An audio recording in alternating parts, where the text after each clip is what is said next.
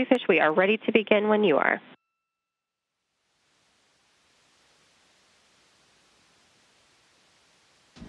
Ready to go. Ready to go on two.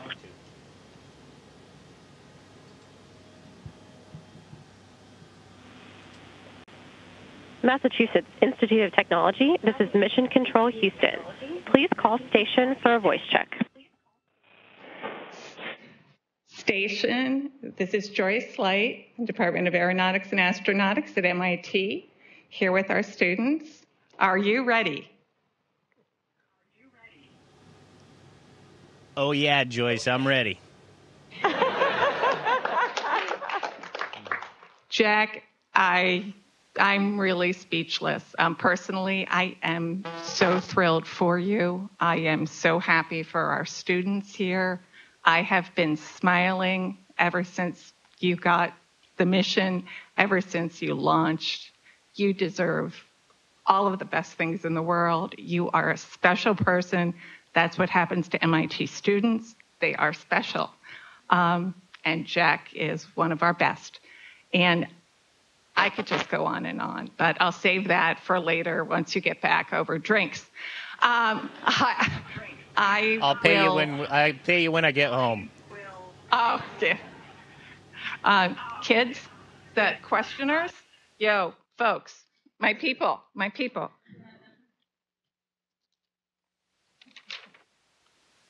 I will turn over to you. All right. Hi, Jack. My name is Barrett Slegelmilk. I'm a first-year grad student here at MIT in the Leaders for Global Operations program. My question is, NASA has been sending astronauts to space for over half of a century, and training has continued to evolve over the years. And what was the most surprising thing to you when you first arrived in space? Well, no matter how much training you have, it just can't prepare you for how awesome it is up here. One of my colleagues said that I was like a smart little 12-year-old in the middle of Disneyland after 2 shots of espresso, because I'm just so excited. 8 minutes after lighting the motor, I look out the window and I see, what I've only seen in pictures, and you just can't get it from a picture. You have to experience, because there's almost a soul to it, and the reality is just so amazing. And then when you're here, and I know everybody there can relate to this, when you find a new way to look at a problem, it makes your mind grow. And this station, every day, my mind is growing and thinking in 3 dimensions, and it is. It's an incredible experience that I think makes you better, and that's why I really feel that we should explore more and that we should get more people involved in this, because no matter how much training you have, to experience this and to have this regenesis of excitement and wanting to explore is something that we just can't capture any other way.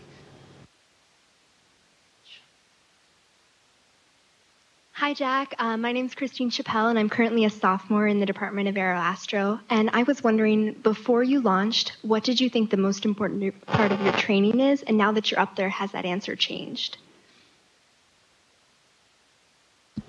Well, it probably hasn't, because emergency training is kind of the most important. We have to know that stuff cold so that we can just do it in an emergency. You have a fire, a depress, or something like that. You can't really sit there and talk about it. So that is the most important. It's what we spend the most time on, and it is rightly so. The other stuff, our trainers in Houston, all around the world, from Russia to Japan to Germany to Houston, everywhere, Canada, they do a great job of getting us ready, giving us the skills we need. We're kind of jacks of all trade, master of none, so we need to just be able to look at a problem, have the general skills, figure it out, and do it, and they do a really good job of training us to do that. The other stuff you pick up from your crew members who have been here, and I'm super lucky. I have Peggy Whitson, Dr. Whitson, who has more time on space than any U.S. astronaut, and Fyodor Yurchikhin has even more. This is his 5th space flight. So 2 very experienced guys, plus Thomas Pesquet and Oleg Novitsky are just great. So they teach me everything else I need to know. I think emergency, yes, most important, and they did a good job of it. Everything else, we've learned the skills, or we get it up here.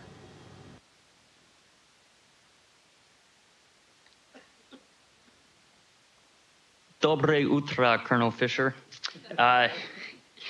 It's refreshing to see the scientific communities of the U.S. and Russia working so closely to maintain manned spaceflight at a time when other tensions between the countries are so heightened. What would you identify as some unexpected commonalities and differences you found between yourself and, say, Fyodor and Oleg? Well, you didn't say your name, but you should have, because I think that's John. And I've known John a while. I actually work for his dad down in Eglin. So hello, John Graham, and Dobre utra. Yes. Yes, I think that the International Space Station is the greatest example of international cooperation in the history of humanity, bar none. We had 15 countries come together and make an amazing international laboratory.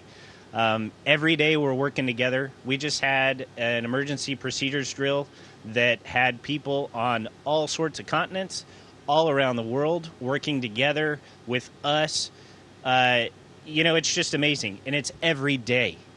And being able to show the world and serve as an example of what you can do when you work together is really important to us. Fyodor and I have kind of an unofficial emblem for our mission that's modeled after Apollo-Soyuz, and looks just like the Apollo-Soyuz patch, but it's the saying is "Одна команда," so one team. And it's one team working together to accomplish great things. As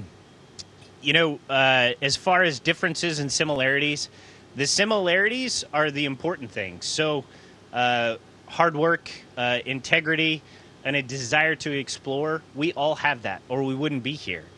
And the other stuff, it's just not that important to our shared future. So we focus on what we have in common.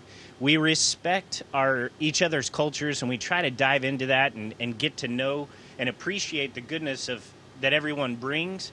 But when it comes down to it, the most important stuff we share, those morals and values, and we can leverage that to work together and do great things. Thank you, sir. Sorry for screwing up rule number 1 of Air Force briefings. Hi, Jack. My name is Piper. I'm a junior in the aerospace department here. And in high school, my senior year, I had the remarkable opportunity to meet and talk with some astronauts. And it helped me realize my own calling as an engineer and choose to come study here at MIT. I was just curious, what you think we can do to continue inspiring young people about aerospace and engage them in space exploration? The answer is all of us need to do it. A lot of times we're like, oh, well, NASA should have this program or this education outreach. Yeah, we should, but it's on all of us. You, me, people at NASA, people at MIT, we need to inspire those who follow us. When I was at MIT, I was helping with the ROTC detachment and going down to a local elementary school and every now and again teaching a science lesson. It doesn't sound like much, but you never know what that seed is that's going to ignite in someone, just like it did for you. So take your passion. You people at MIT, I guarantee, are super passionate about what you're doing. You love the sciences. You live it. So spread that. Take what you have and spread it. We are at probably the most exciting time in space exploration in my lifetime for sure, because there's so much going on. We got this sweet, sweet station. We have commercial crew coming online. We're building the biggest rocket in the history of mankind. We're we're doing all sorts of things, and it's gaining momentum. We're building an infrastructure that we can really launch off of. There's probably somebody in that room who's going to walk on Mars. I guarantee there's plenty of people in that room who are going to contribute to it. So take what you have and spread it behind you. We all need to take a part in that. And any form of media that you have, Twitter or Snapchat or whatever, spread it. Spread the gospel of spaceflight. Thank you.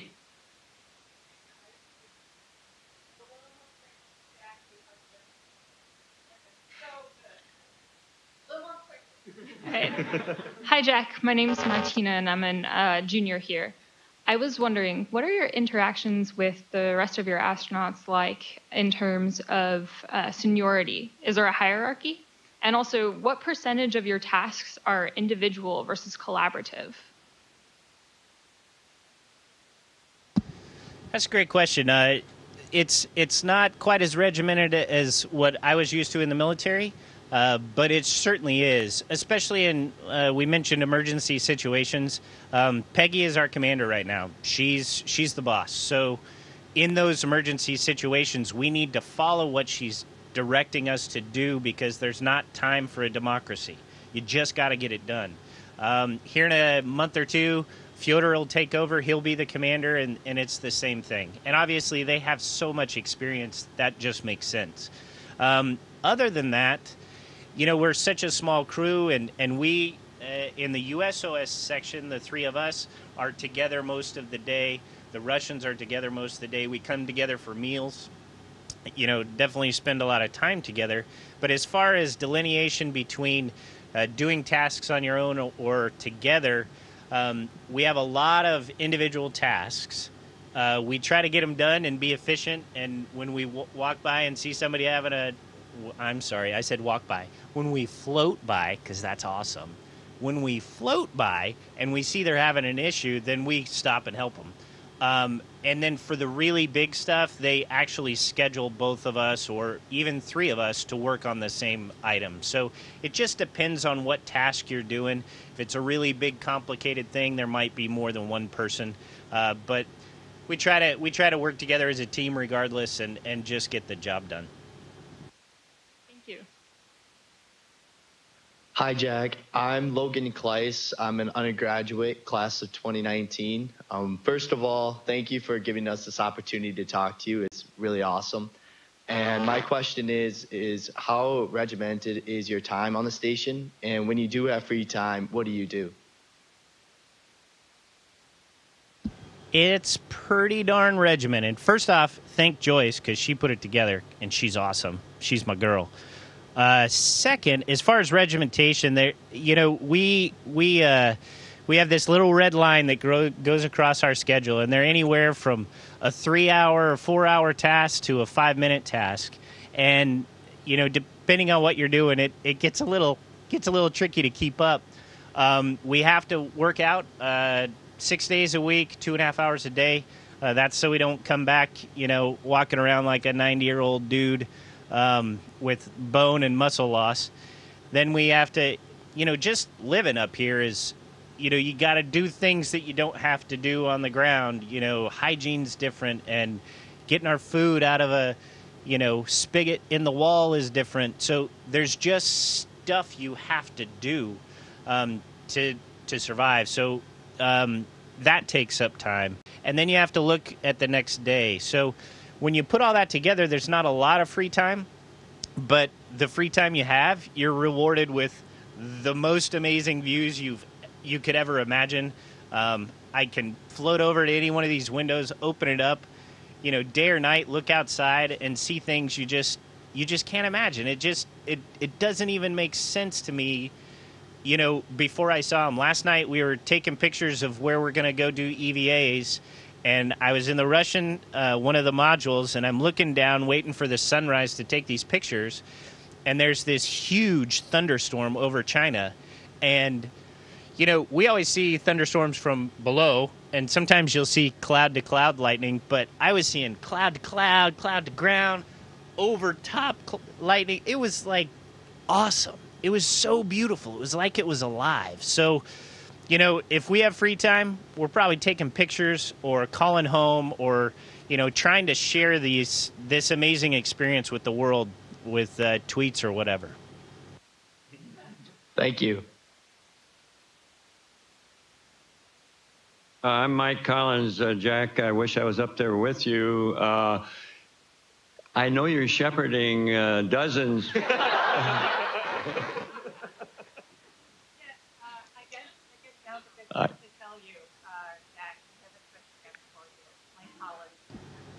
Is that the Mike Collins? No, imposter, but I do have a question for you, and that is, I know you're shepherding dozens of experiments there. Which one is your favorite, or maybe better, which one do you think is most important? What's showing evidence of being able to improve our lives here on Earth? Man, sir, it's a pleasure to talk to you. I don't know if you remember, but I got to sit with you a few years ago at the MIT banquet. What an honor. As far as experiments, sir, you know, I think that you proved in Apollo and in the early space program that sometimes the most impactful things that we discover are answers to questions we didn't know we had. And I think that, you know, I can go through and list dozens of experiments that I'm working on because of this unique environment. Without gravity and convection and sedimentation, we can grow perfect crystals. We can do all these wonderful things, but it might be the most innocuous experiment that has the biggest effect. And I also think that inspiration is hard to quantify, but has such a huge impact. When I was working on the Raptor, I asked, you know, they found out I wanted to apply for the astronaut program, and I said, well, how many of you guys, you know, got interested in engineering because of space? Every single person in the room raised their hand. It was guys from 20 to 60, and every single one raised their hand. So that's what you did, sir, and that's what we hope we can continue to do to get the next generation going and to really get this whole space exploration thing moving for good. You certainly are doing it, Jack, big time, and a lot better than we ever did. Thank you for your work up there.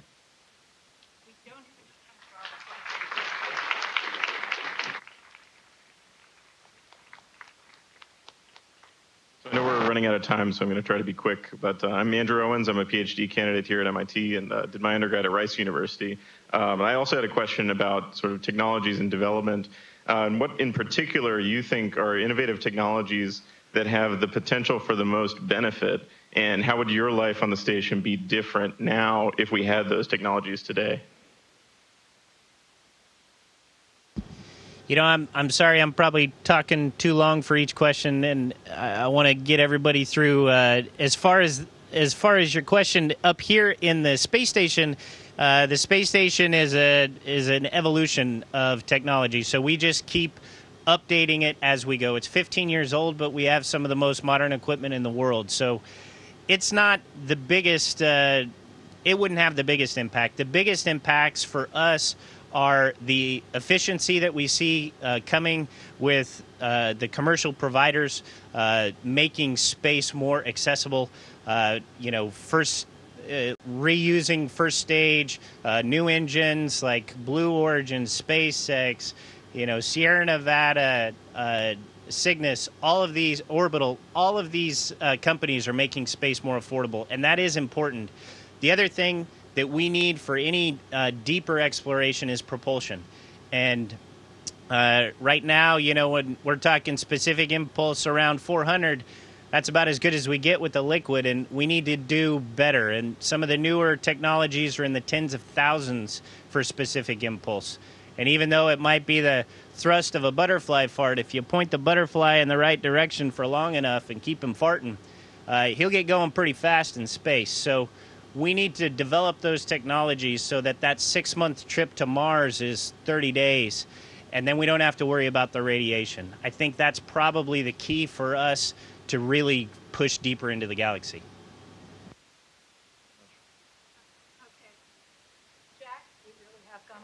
I love you. Everybody who didn't get to ask a question, you're using my time. Say your name. Say, Jack, we're going to do this again. Hi, Matt. Good to see you again. It was great to meet you at SpaceX, and I'm really happy to finally see you in space. I'm too short for this. Hi, I'm Kayla. We will take a brain check. Hi, Jack. I'm Eric. I'll shoot you a text, and we'll talk about virtual reality later. Okay. Hi, Jack. My name is Ronnie Foreman. I'm a second-year candidate here, and I did my undergrad at Georgia Tech, and I will talk to you next time. Thanks very much. Jack, you did a phenomenal job. We are so proud of you here. You cannot begin to imagine. Well, I'm sorry I talked so long. I adore you, Jack. You can talk until you're blue in the face. You are amazing. You are a burrito of awesomeness covered in awesome sauce, my friend. Burrito of awesomeness! All right. Oh, watch. I'm going to do a flip. You ready? Here we go. Read my socks.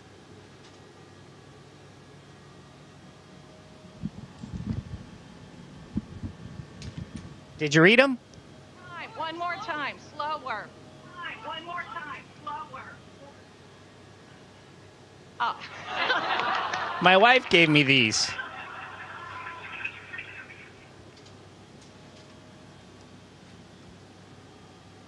Station, this is Houston ACR. That concludes the event.